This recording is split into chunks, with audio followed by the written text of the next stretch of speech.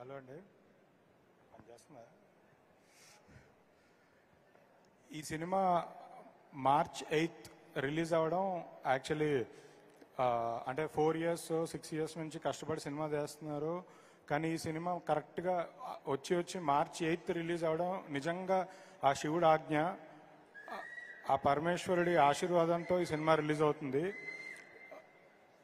అంటే ఈ cinema release date ఆ దేవుడి అనుగ్రహంతోనే ఆ కరెక్ట్గా ఆ డేట్ మీద పడింది.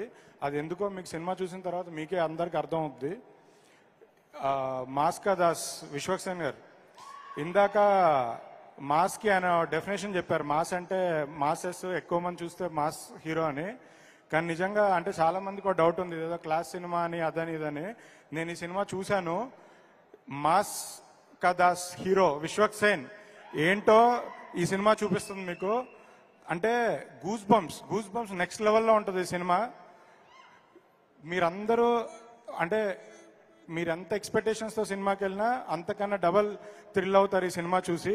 March 8th పక్కా బ్లాక్ బస్టర్ కొడుతున్నారు, అసలు డౌటే లేదు. Thank you so much Dheeraj గారు and wishing you super success for girlfriend movie with Rashmika అండి. థ్యాంక్ యూ నరేష్ గారు.